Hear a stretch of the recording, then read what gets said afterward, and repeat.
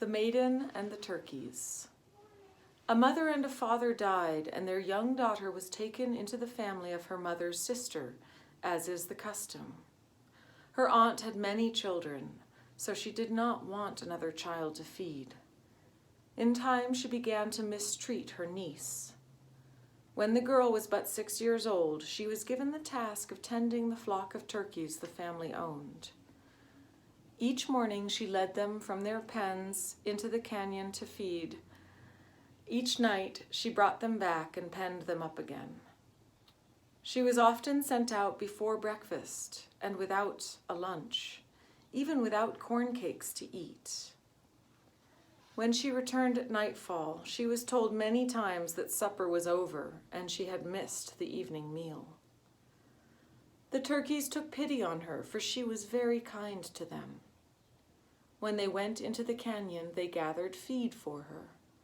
They brought all types of berries. They brought her piñons and acorns, and they taught her their language. They combed and untangled her hair with the beaks and spun their feathers to mend her clothes. Since she was gone during the day and returned only towards dark, few people in the village saw her or knew much about her. Some people called her the Turkey Maiden, but mostly they ignored her. Even the young men in the village paid her no attention. One night she heard the excited conversation between her cousins about a social dance that would bring many people from the surrounding villages. They busied themselves laying out their best clothes and finest shell and turquoise jewelry for the dance. But the Turkey Maiden did not enter into the preparations, for she knew that she had nothing to wear but her torn and patched manta. She could not endure the laughter and pointing and whispers that an appearance in such clothes would bring.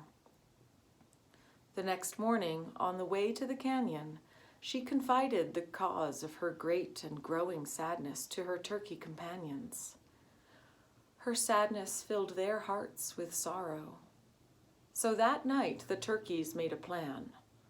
The girl rose earlier than usual the day of the dance to be well away from the village before the people arrived and the dance began.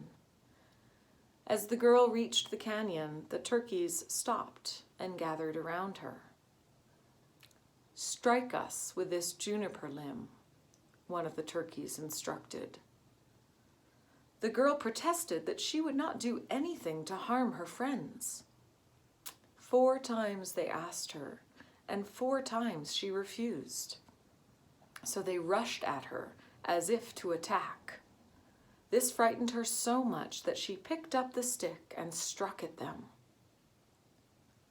From under the wing of the first turkey fell a new and beautiful manta.